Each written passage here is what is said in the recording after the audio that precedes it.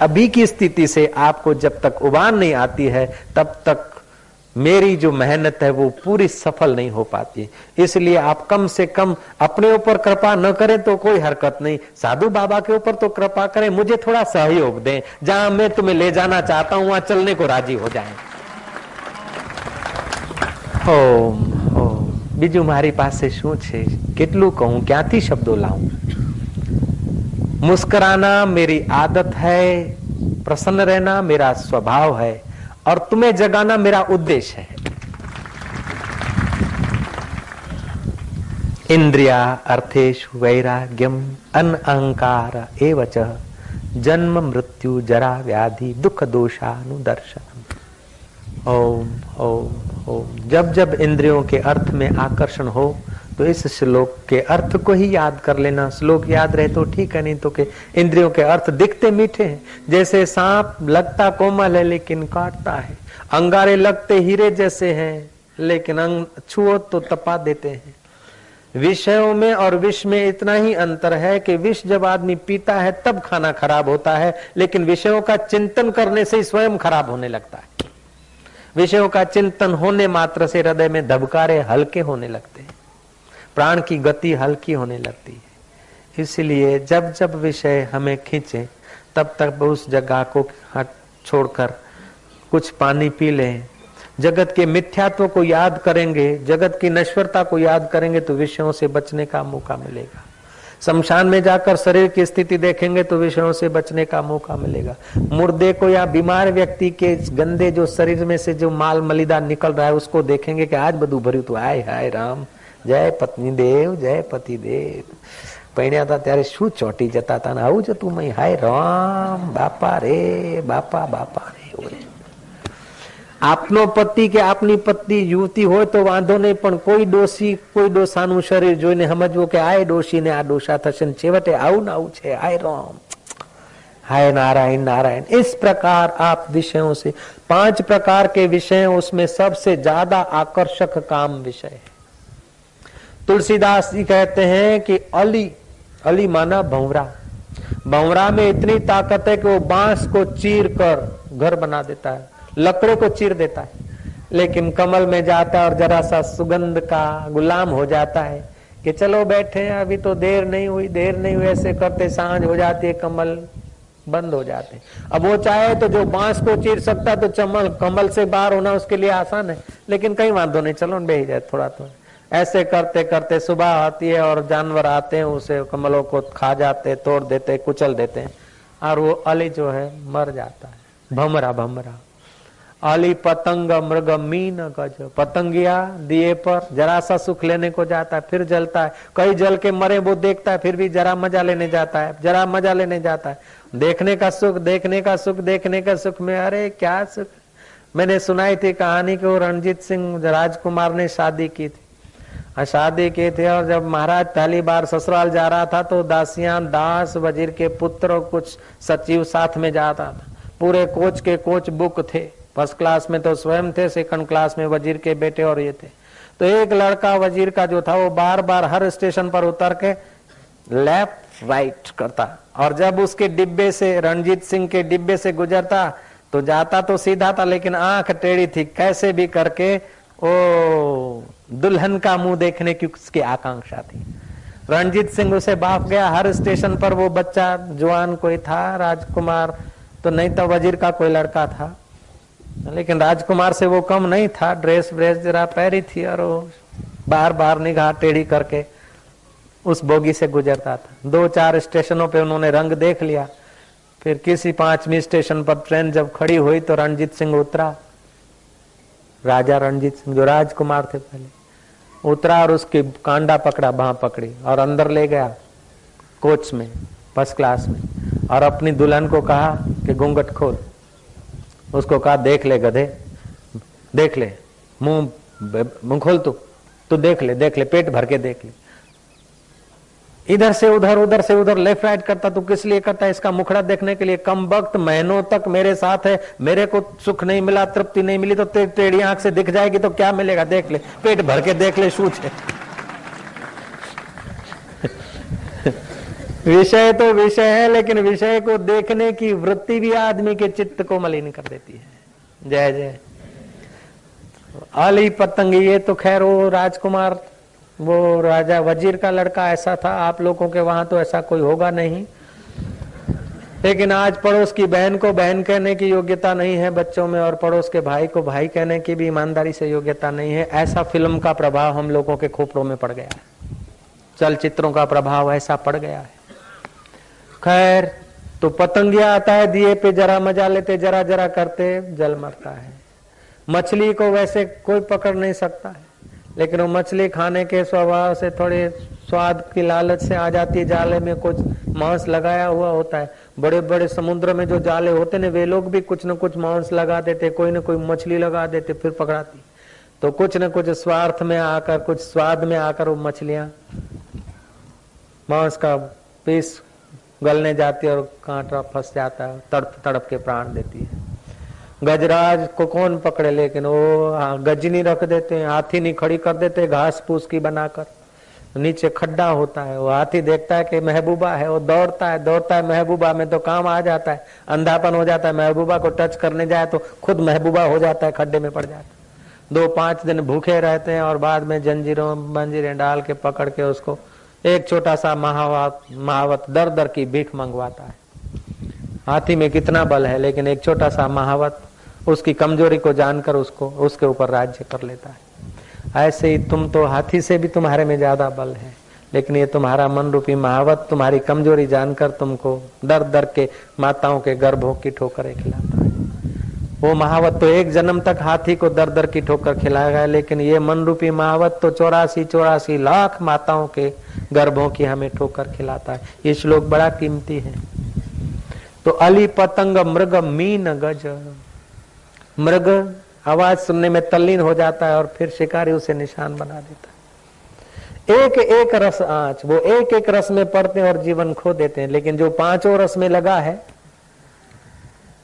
और जिसको सत्संग नहीं है, बंदगी नहीं है, जागृति नहीं, तो उसकी क्या गति, क्या। अली पतंग मृग मीन गज, एक एक रस आंच, तुलसी तिनकी कौन गति, जिनको व्यापे 5। महाराज, हवाई जहाज की मुसाफरी में सुविधा भी ज्यादा है और खतरा भी ज्यादा है। पैदल के एक्सीडेंट, पैदल चलते चलते गिरेगा, छोटी ठोकर खाएगा, लेकिन साइकिल पे गिरेगा तो ज्यादा ठोकर। और स्कूटर का एक्सीडेंट फ्रैक्चर किए बिना नहीं रहेगा, और कार का एक्सीडेंट न जाने क्या कर दे, और हवाई जहाज का एक्सीडेंट हड्डियां खोजने में मेहनत कर देगा। ऐसे ही मानव जन्म है, हवाई जहाज की यात्रा है, इसमें संभलते रहें, कहीं जिंदगी एक्सीडेंट रूप न हो जाए। और मुसाफरी इसी जन्म में करोड़ों, ये तो 10,000 माइल की मुसाफरी एक दिन में करेगा तुम्हारा जहाज, लेकिन ये तुम्हारा मानव देह करोड़ों जन्म के कर्मों को काटने की मुसाफरी इसी जन्म में कर सकता है। कब करता है कि इंद्रियार्थेषु वैराग्यम, ये श्लोक है, आप लोग वहां पढ़िए। अनहंकार एवच जन्म मृत्यु जरा व्याधि दुख दोषानुदर्शनम। पंडित लोग पढ़ते भी हैं। इंद्रियार्थेषु वैराग्यम अनहंकार एवच जन्म मृत्यु जरा व्याधि दुख दोषानुदर्शनम। 100 रुपये राखो।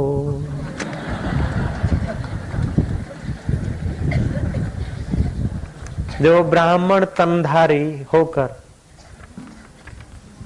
यजमान वृत्ति से, याचक वृत्ति से ही जीवन निर्वाह करते और भोग भोगते हैं, वो दूसरे जन्म में कौवा होते हैं। जन्म से आदमी शूद्र होता है, दीक्षा से द्विजातीय होता है, वेदाध्ययन से पुरोहित होता है, और ब्रह्म ज्ञान पाने से वो ब्राह्मण होता है। ब्रह्म ज्ञान के रास्ते चलने से ब्राह्मण होता है। आप अगर चलते तो आप सब ब्राह्मण हैं। ओम ओम ओम ओम। तो जब जब किसी वस्तु का हमें अभाव सताए या दुख सताए या अपमान का भय सताए, तो समझ लेना चाहिए कि हमारा मैं गलत जगह पे आ गया है। जहां हम हैं वहां हमारा मैं नहीं है, लेकिन जहां हम नहीं रह सकते सदा, वहां हमारा मैं टिका है। इसलिए हमको भय है, इसलिए हमको तपन है, इसलिए हमको चिंता है। इस प्रकार का विवेक का अगर अवलंबन लेंगे ना, तो बहुत लाभ होता है। योग वासिष्ठ में एक कथा है मंकी ऋषि की। मंकी ऋषि जब घर में ही थे, उन्होंने व्यापार धंधा जो किया उसमें फावट नहीं आई, सारी संपत्ति पूरी हो गई, सफलता नहीं मिली। आखिर थोड़े से पैसे बचे थे, 2 बैल खरीदे। बैलों को हल खींचने के लिए वो लकड़ा होता है ना, आड़ा, उसको क्या बोलते हैं? दूसरी गुजराती शब्द है, हिंदी पूछता हूं।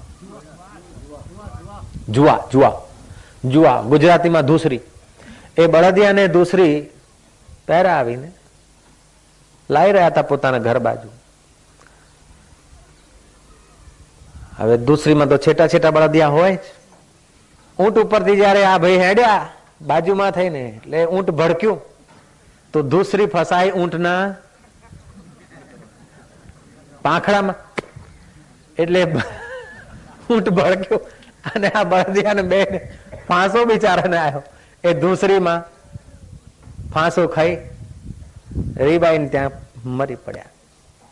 મંકીને વૈરાગ્ય આવ્યું કે અરે નશ્વર જગત, નશ્વર પ્રાણ, નશ્વર દેહ, બળદિયા दूसरीમાં ફાંસો ખાઈને મરી ગયા। એ જોઈને મંકીને વૈરાગ્ય થયો અને તીર્થયાત્રા કરી, દેવ દર્શન કર્યા, વ્રત કર્યા, તપ કર્યું, પણ હૃદયમાં હજી પરમ શાંતિ કેમ મળતી નથી? સંસારના ભોગની ઈચ્છા નથી તો આત્માનો આનંદ, સમાધિનો સુખ હજી કેમ આવતું નથી? એમ કરીને એ પાછા ઘર તરફ વળી રહ્યા હતા। તો રસ્તામાં જતા જતા વશિષ્ઠ મહારાજ આકાશ માર્ગે અજ રાજા એમને યાદ કર્યા હતા, ત્યાં જવાના હતા। એને જોઈને નીચે ઉતર્યા અને પાછળ પાછળ જવા લાગ્યા। ત્યારે મંકી ઋષિ કહે છે કે ત્રાહિમામ, ત્રાહિમામ, હાય દુઃખ, જ્યાં જાઓ ત્યાં દુઃખ જ દુઃખ છે। આ નશ્વર સંસારમાં તપન તપન છે, અહીંયા મરુભૂમિની તપન છે। આ સામે હવે ગીવરોના, શિકારીઓના ઘર દેખાય છે, માછીઓના ઘર દેખાય છે। ત્યાં જઈશ, જરા પાણી પીશ, કાંઈ ખાઈશ, થોડુંક છાયામાં બેસીશ, મારી તપન ક્યારે મટે? એ વાત वशिष्ठ जी महाराजे सांभળી। वशिष्ठ मुनि सुन रहे हैं मंकी ऋषि का विलाप के हाय हाय, संसार में तपन ही तपन है। इंद्रियों के अर्थ में भी तपन है, नहीं मिलते तो भी तपन है, धन नहीं मिलता है तो भी तपता है हृदय, और धन मिल गया तो सेट करने में तपता है, और धन छोड़ के मरा तभी भी तपता है, पत्नी नहीं आई तो भी तपता है, और आ गई तो भी तपता है, क्योंकि ऐसा चलता है। अच्छा चलता है तो भी शक्ति नाश करके भी पश्चाताप करता है, बेटा नहीं होता है तो भी तपता, और बेटा हो गया पढ़ता नहीं तो भी तपता है, पढ़ गया और पास नहीं हुआ तो भी तपता, और पास हो गया नौकरी नहीं मिलती तो भी तपता है, नौकरी मिल गई लेकिन लड़के को ठीक से छोकरी नहीं मिलती है तो भी तपता है, और छोकरी मिल गई और फिल्म में जाते तो भी तपता है, फिल्म में नहीं जाते तो कि बुद्धू है ऐसा सोच के भी तपता है, और उस छोकरे के भाई बंद आते हैं और खा पी के जाते तो भी तपता है, और कोई भाई बंद नहीं मिलता है तो भी तपता है। इस जगत में तपन के सिवाय और बचा ही क्या है? तंदुरुस्त रहता है तो काम क्रोध से तपता है, और बीमारी होता है तो बीमारी में तपता है, तीर्थ यात्रा करने जाता है तो भी कष्ट सह के तपता है, और घर में बैठा रहता है तो भोगों में तपता है। हाय राम, अब कहां जाए, इस जीव का क्या दशा है, संसार में सिवाय तपन के क्या है? शायद इस गीवरों के गांव में जाऊं, जरा पानी बानी पीऊं, जरा वृक्ष के नीचे बैठूं, मैं अपनी तपत मिटाऊं। तब वशिष्ठ जी बोलते कि हे मार्ग के मित्र, जो खुद स्वयं अशांति के आग में, अविद्या की तपन में तप रहे हैं, उनके पास जाकर तू तपन कैसे मिटाएगा? जैसे किसी को आग लगी और आग बुझाने के लिए तिनखे डाल दे, किसी को आग लगी और पेट्रोल पंप का फुवारा करने जाए, ये तो आग बढ़ाने की बात है। मरुभूमि का मृग होना अच्छा है, पत्थर का कीड़ा होना अच्छा है, लेकिन अज्ञानी मूर्खों की दोस्ती करना बुरा है। पत्थर का कीड़ा तो भूख से तपता है, लेकिन अज्ञानी तो विकारों से तपते। पत्थर का कीड़ा तो तप के एक जन्म में मर जाएगा, लेकिन भोगों में जो तप रहे हैं उसको तो 84 लाख जन्म लेने पड़ेंगे। हे मार्ग के मित्र, हमारे शरीरों का तो सानिध्य ले, तेरी तपन मिटा देंगे। हमारा एक भी ऐसा शिष्य नहीं हुआ जिसकी मैंने वचन के अमृत से तपन न मिटाई हो। आप हमारा संग कीजिए, मैं तुम्हारी तपन मिटा दूंगा। मंकी ऋषि जैसे आखिरी श्वास लेते हुए व्यक्ति को साक्षात शिव जी आकर वरदान दे और आलिंगन करे, निर्धन को कुबेर भंडारी आकर अभिषेक कर दे, ऐसे ही मंकी ऋषि की हजारों निराशा में वशिष्ठ मुनि के शब्द महा आशा का सूर्य उदय कर दिए। मुनि, तुम कोई आदि पुरुष मालूम होते हो, तुम कोई विराट पुरुष मालूम होते हो, मनुष्य देह में तुम साक्षात कोई पर ब्रह्म परमात्मा के आनंद से पूर्ण पुरुषोत्तम मालूम होते हो। ऐसा करके मंकी ऋषि वशिष्ठ के चरणों में गिर पड़ा है कि नाथ में अब तुम्हारे शरण, क्योंकि इंद्रियों के अर्थ में वैराग्य था, इसलिए वशिष्ठ के 2 वचन सुनकर उसे तसल्ली हो गई। वशिष्ठ मुनि ने फिर मंकी ऋषि को आत्मविद्या का उपदेश दिया है और मंकी ऋषि वहां पहुंचा है जहां कृष्ण पहुंचकर प्रेम बरसाते हैं। मंकी ऋषि वहां पहुंचा है जहां कबीर और नानक पहुंचे हैं। जहां राम जी का अपना आपा है वहीं वशिष्ठ का अपना आपा है। जहां वशिष्ठ का अपना आपा है वहीं मंकी का अपना आपा पहुंचा है। और वशिष्ठ जीवन मुक्त होकर सब तपनों से पार हो गए थे। तो पहले भी वही मंकी और बाद में भी वही, लेकिन अंदर की समझ बदल गई और आत्म पद को पाकर मंकी ऋषि ज्ञात ज्ञेय हो गए। मंकी ऋषि का आख्यान योग वशिष्ठ में भी आता है और मंकी गीता में भी आता है। केवल बैलों को मरते देखकर, हम तो मनुष्यों को मरते देखकर भी वैराग्य को उपलब्ध नहीं होते। तुलसीदास जी घर गए पत्नी के पास और महाराज वो सांप था अजगर के सहारे, लटके हुए अजगर के सहारे खिड़की कूद के चले गए। और पत्नी ने कहा, कैसे आए नाथ, ऐसे बादलों घनघोर आंधी तूफानों में कैसे पहुंचे? द्वार तो बंद था, घर में कैसे आ गए? बोले, प्रिय तूने जो रस्सा टिंगाया था। मैंने तो रस्सा नहीं टिंगाया, अभी टिंगा है। फानस लेके देखा तो अजगर या सांप लटका था। बोले, हो मेरी इच्छा में, मेरी आकांक्षा में सांप को रस्सा समझ के आप आ गए, मुर्दे को ठूंठ समझ के नदी तैर के आ गए। मेरे देह में इतनी प्रीति इससे आधी अगर भगवान में होती तो आपका तो बेड़ा पार होता, आपकी मीठी निगाहों से दूसरों का बेड़ा पार हो जाता।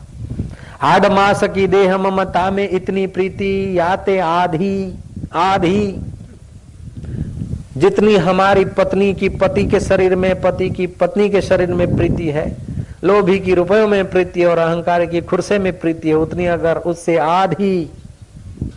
एक खुरसे के लिए न जाने कितना कितना सलूट मारना पड़ता है, कितनी कितनी तैयारी करनी पड़ती है, कितना कितना हास्य विलास रखना पड़ता है। हाँ आओ आओ घणું થયું બેસો બેસો ભાઈ ચા પાવ છોકરા, કારણ કે કામના આગેવાન છે, કોક વખતે કામ આવશે ચોકડી આપવામાં।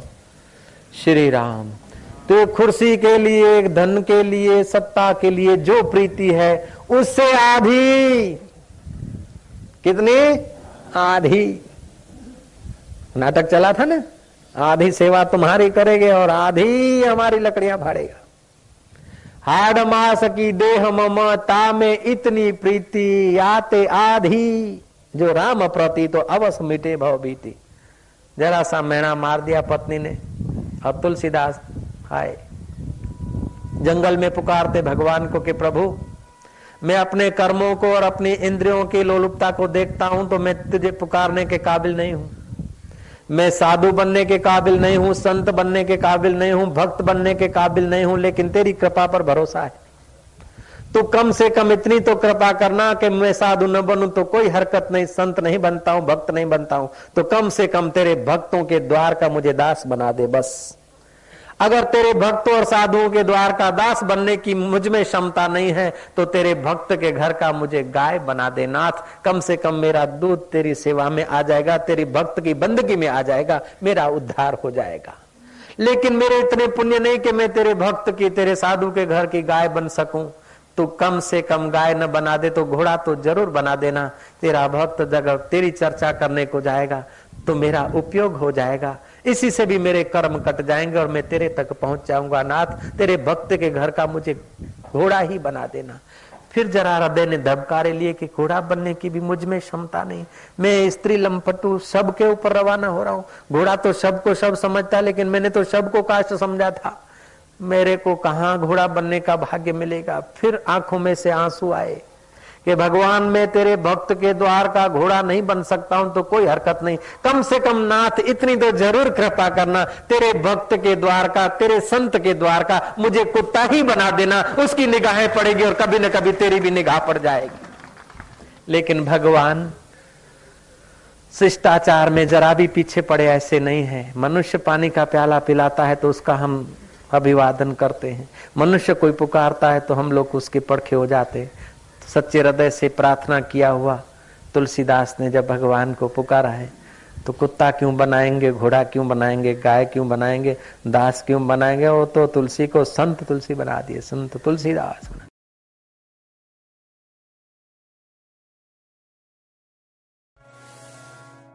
वेद धर्म परम ऋषि थे, आत्मवेता थे, योगी भी थे। संदीपक शिष्य नहीं था, सत शिष्य भी था और सेवक भी था। वो केवल गुरु नहीं थे, सदगुरु भी थे और समर्थ भी थे।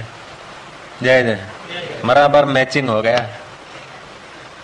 वेद धर्म आत्मवेता भी थे और योगी भी थे। और संदीपक शिष्य नहीं, सत शिष्य भी था और सेवा भावी भी था, सेवक भी था। भिक्षा ले आता, मणिकर्णिका घाट के पास में झोपड़ी बनाकर रहे। भिक्षा ले आए, गुरुजी को स्नान कराए, गुरुजी को वस्त्र पहराए, गुरुजी के हृदय को संतुष्ट करने के लिए पूरी कोशिश करता। अब उसकी अग्नि परीक्षा चालू हो गई। रुपयों की थप्पियां हो, फूल फल मिठाई साकर के थैले हों, तब तो बहुत चले।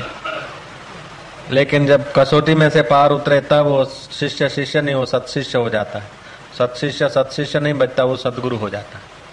तो संदीपक को सदगुरु बनाने के लिए प्रयोग कर रहे थे। प्रयोग क्या किया कि संकल्प से वो कोढ़ी हो गए। उनके घाव को धोने का धीरे धीरे कुछ दिनों में अंधे हो गए और क्रोधी स्वभाव हो गया, चिड़िया, गालियां देने लगे, असंतुष्ट होने लगे, बात बात पे नाराज होने लगे। जैसे कोढ़ी, अंधा, बूढ़ा आदमी जैसा होता है ऐसा स्वभाव उनका हो गया। फिर भी चित्त पर जरा भी क्लेश लाए बिना, चेहरे पर जरा भी बेचैनी लाए बिना बड़े उत्साह से वो सेवा करते। एक दिन काशीपुरी के इष्ट देव भगवान शंभ सदाशिव शंकर प्रकट हुए और संदीपक को कहा कि बेटा, गुरु तत्व, गुरु नाम मुझे बहुत प्यारा है और तूने उस गुरु की सेवा किया है। गुरु कैसे हैं? कोढ़ी हैं, अंधे हैं, लेकिन तेरी श्रद्धा अडिग है। इस कारण मैं तुझे वरदान देने को प्रकट हुआ हूँ, कुछ मांग ले। तो वरदान, ठहरो मैं मेरे गुरुजी को पूछ के आऊं। इसमें गुरुजी को क्या पूछना? गुरु तो तेरे ऐसे ही हैं, गुरु कैसे भी है, लेकिन तेरे को तो अपनी सेवा का फल मिलता है। वो तो कोढ़ी हैं, वो तो अंधे हैं, वो तो पाप का फल भोग रहे हैं, लेकिन तूने उनकी सेवा किया, तू अपने पुण्य का फल, सेवा का फल ले ले। इसमें उनको क्या पूछने की जरूरत, वरदान मांग ले। तब संदीपक बोलता है, मुझे तो वर मिल गए हैं, वही आत्मज्ञान का दान दे देंगे।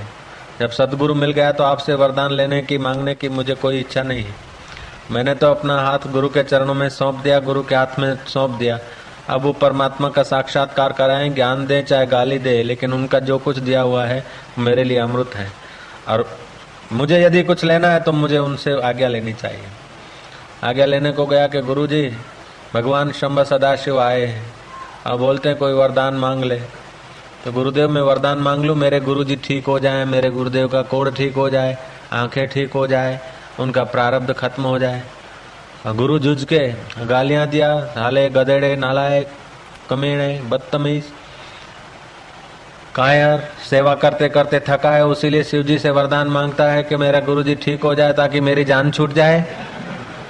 अब आधुनिक शिष्य होता तो के ल्यो आ बावन छे कि हेडो आपड़े के रोम रोम महाराज आवजो के। आधुनिक शिष्य होता तो ऐसा करता, लेकिन संदीपक ऐसा न था। संदीप ने गए भगवान शिव जी के पास, बोले नाथ मुझे कोई वरदान न चाहिए। भगवान शिव जी गए वैकुंठ में, विष्णु जी से बात किया। भगवान विष्णु आए, कथा कहती है कि विष्णु प्रकट हुए और संदीपक को बोलते हैं कि तेरी प्रशंसा सुनकर हम मृत्युलोक में आए हैं, वरदान मांग ले। नाथ मुझे वरदान तो नहीं चाहिए। ले कई लोग स्मरण करते, जप करते, ध्यान करते, बुलाते तो हम लोग जाते नहीं। और तो गुरु भक्ति से अपने चित्त को पवित्र करके दृढ़ निश्चय हुआ है, उसलिए हम तेरे को घर बैठे वरदान देने को आए तो तू इनकार करता है। बोले नाथ हमें तो आत्मज्ञान का दान मिल जाएगा गुरुदेव के द्वारा, आत्मज्ञान मिलने पर और कोई वरदान की आवश्यकता रहती नहीं, और मेरे को नहीं चाहिए। बोले तू मांग ले, हम खाली नहीं जाएंगे, तेरे को वरदान देंगे जरूर।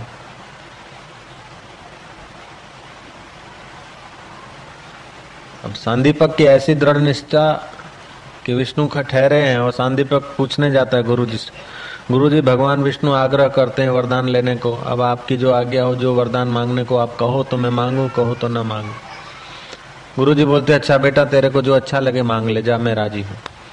आकर कहते हैं कि गुरुदेव, हे भगवान, मैं वरदान यही मांगना चाहता हूँ कि मेरे गुरुजी के चरणों में, गुरु में श्रद्धा अडिग रहे, और कुछ नहीं मांगा, श्रद्धा अडिग रहे।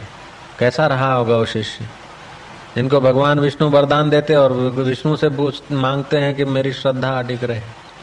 ऐसे सत्शिष्यों की गाथा तो सदगुरुओं को भी गानी पड़ती। ये गाथा भगवान विष्णु के साथ जो संवाद हुआ, वेद धर्म ऋषि की सेवा करते करते सांदीपक शिष्य का जो इतना ऊंचा दर्जा आया, इस ऊंचे दर्जे की बात गोरखनाथ जी ने अपने शिष्यों के आगे कही थी। गुरुओं को भी शिष्य की गाथा गानी पड़ती। भगवान विष्णु ने कहा अच्छा बेटा, तू यही मांगता है तो ऐसा ही हो, जा अपने गुरु के दर्शन कर। मुझे लगता है गुरु के दर्शन करने को गुरु ने तो ऐसे योग बल से बनाया था शरीर, योग बल का संकल्प हटा लिया अपना, देखा तो कंचनमय काया, कोढ़ कहाँ गया, आंख का रोग कहाँ गया, है दे दीप्यमान चेहरा। बोले गुरुदेव गुरुदेव, आप तो ठीक हो गए, आपका प्रारब्ध खत्म हो गया। अब उस महापुरुष का प्रारब्ध क्या, उसने तो परीक्षा लेने के लिए क्या था। बोला बेटा, मैं जब रोगी नहीं था तब भी वही था, शरीर को रोग हुआ तब भी मैं वही था, दृष्टा साक्षी, और अभी शरीर मेरा निरोगी है तब भी वही हूँ। ये सब शरीर बदलता है, मन बदलता है, इंद्रियां बदलती है, अंतःकरण बदलता है, बुद्धि बदलती है, लेकिन मैं वही हूँ। मेरा आत्मा दृष्टा साक्षी जिसकी सत्ता में सब बदलाहट है, वो वही हूँ मैं। और मेरा उपदेश है कि तू भी वही है, तत्वमसि। तत्वमसि का उपदेश देकर सत शिष्य को सदगुरु बना लिए। ऐसे सत शिष्यों का जीवन कि सदगुरुओं को भी उसकी गाथा गानी पड़ती। ओम ओम। कल्पना दुख की करते तो दुखी, कल्पना सुख की करते तो सुखी, और कल्पना रात को सो जाती है तो न सुख है न दुख है, निंद। जब कल्पना से ही सुख दुख पैदा होता है तो कल्पना का साक्षी हो जाओ, सुख दुख के अधिष्ठान बन जाओ। क्या घबराना, क्या झिझकना। जो बीत गई सो बीत गई, तकदीर का शिकवा कौन करे। जो तीर कमान से निकल गई, उस तीर का पीछा कौन करे। जो वो गुजरे उसे याद न करो, बीत गया उसको क्या याद करना। आएगा उससे क्या भयभीत होना। आज का दिन आनंद में जाने दो, कल कभी आती नहीं, जब आती है तो आज होकर आती है। तो हर वक्त प्रसन्न निर्भय रहो, परमात्मा स्वरूप में स्थिति करो। भयभीत डरो नहीं, कोई भूत प्रेत कोई यम ये कुछ तुम्हारा बिगाड़ेगा नहीं। जिसने आत्मज्ञान का सत्संग सुन लिया उसको यम क्या करेगा। यम के बाप को चैलेंज है कि वेलकम, क्या कर सकता है तेरे में भी परमात्मा की, मेरे आत्मा की सत्ता के बिना तेरी हस्ती क्या है। भय चिंता शोक को परे फेंक दो। भयभीत होने के लिए, चिंतित होने के लिए, परेशान होने के लिए, गर्भों में ऊंधा लटकने के लिए अभी हमारा जन्म नहीं हुआ। जय जय कहे काफी है लटकने वाले, उनको मौका दो, अपने तो आत्मरामी हो जाओ। चलते फुल्ले पड़ गए हो, भूख ने तुम्हारा बस शरीर को निचोड़ लिया हो,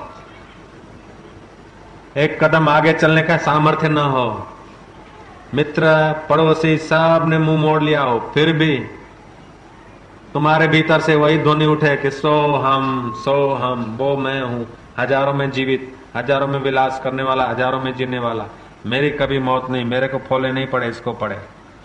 निर्भयता के विचार तुम्हारी जो रक्षा कर सकते हैं उतनी तो 33 करोड़ देवता भी नहीं कर सकते। आत्मज्ञान के विचारों से जो तुम्हारी रक्षा हो सकती है उतना तो सदियों के माँ बाप मिलकर भी तुम्हारी रक्षा नहीं कर सकते। मन के हारे हार, मन के जीते जीत। कभी मन को दुर्बल मत होने दो। कभी चिंतित और बीमार के विचार, बीमारी के विचार, चिंता के विचार, घृणा के विचार आए, उसी समय ओम की गदा उठाओ। ओम ओम ओम ओम। हे विचार, हे चिंताएं, हे भय, हे गिड़गिड़ाहट, दूर हटो। विचारों से ही मैं दीनहीन हुआ था, इन विचारों को भगाकर मैं स्वयं आत्मज्योति में जागूंगा।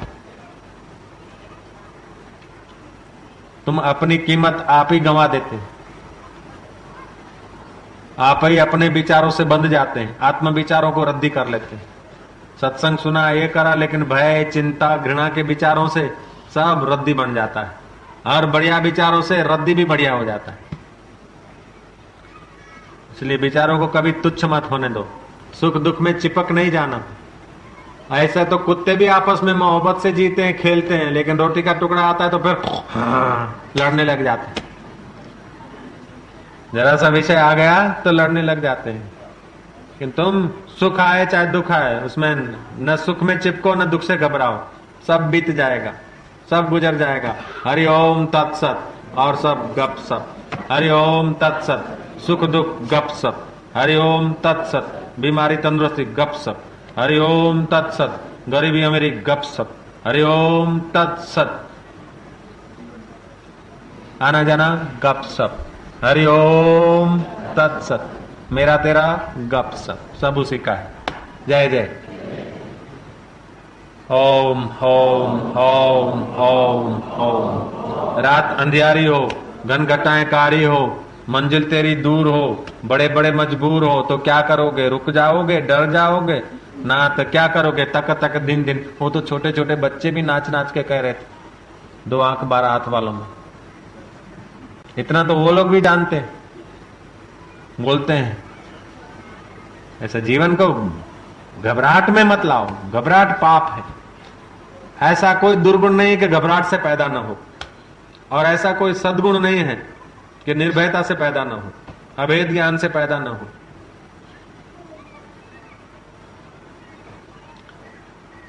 तो बोले घबराए नहीं तो फिर मन में आए ऐसा करें, किसी से डरे नहीं, भगवान से भी डरे नहीं, कि नहीं भगवान से मत डरना, भगवान को दुश्मन थोड़े है भगवान से डरना।